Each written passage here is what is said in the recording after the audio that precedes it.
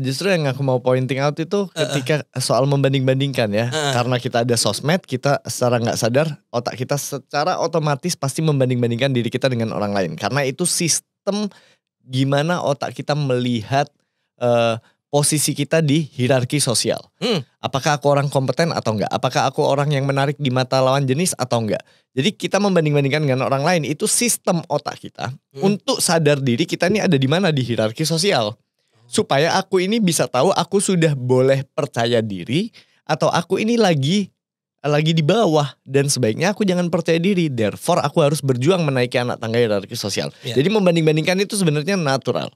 Cuman bagi sebagian orang yang tidak tahu gimana cara mengatasi perasaan nggak nyaman, cemas, khawatir, minder dan sebagainya dari membanding-bandingkan, itu yang salah satu konsekuensinya bisa menjadikan anak ini misal perfeksionis.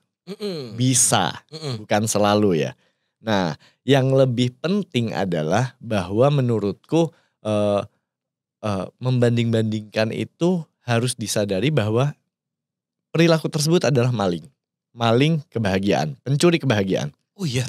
Gini, contoh paling simpel kamu tinggal bayangin aja. Mas Wildan bayangin kerja di sebagai penyiar di satu perusahaan, dibayar 30 juta per bulan. Oke. Are you happy? Happy. Happy kan? 30 juta per bulan. Wah, gila ini mah. Gila ini gini, ini mimpi gue banget nih dapat 30 per bulan dengan pekerjaan yang sehari nggak sampai 3 jam, ya kan? Besoknya kerja, ketemu sama temen yang masuk ke perusahaan itu bareng. Kemampuannya sama. Betul. Maksudnya Mas Wildan sama dia sama. Terus apa sih dari kualifikasi, dari spesifikasi secara personal sama. Cuman begitu Mas Wildan ngobrol di kantin sama dia, orang yang sama-sama baru masuk. Dia kaget tahu gajinya Mas Wildan 30 juta karena gajinya 70 juta. Misal nih. Mas Wildan lebih kaget lagi. Hah, buset kok bisa 70?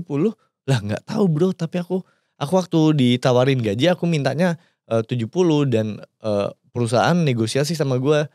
Oke. Kebahagiaanmu yang kemarin masih ada nggak Mas? Setelah tahu ada orang yang sama kemampuannya dapat duit 70 juta. Kebahagiaan Mas Wildan masih ada nggak? Wah itu udah pasti hilang udah sih. tercoret-coret gitu udah, kan. Gak mungkin itu.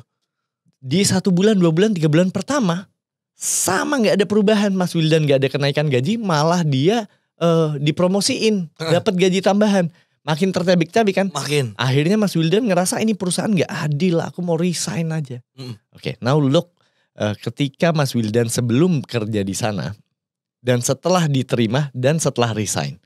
Yang awal Mas Wildan berharap kerja di sana dan dapat gaji 15 juta udah happy misal awalnya. Karena ini Mas Wildan bisa kerja tempat lain lagi. Dapat 30 juta, it's beyond your expectation and you are very happy about that. Ya kan? Very happy kan? Betul. Nih Mas Wildan aku kasih kopi and you are happy with it. And then ada orang lain megang kopi lebih enak. Tiba-tiba kopi Mas Wildan yang awalnya bikin Mas Wildan happy, hilang sudah bikin kebahagiaannya. Nah itu bahayanya membanding-bandingkan. Karena pada dasarnya Mas Wildan nih happy loh sama dia.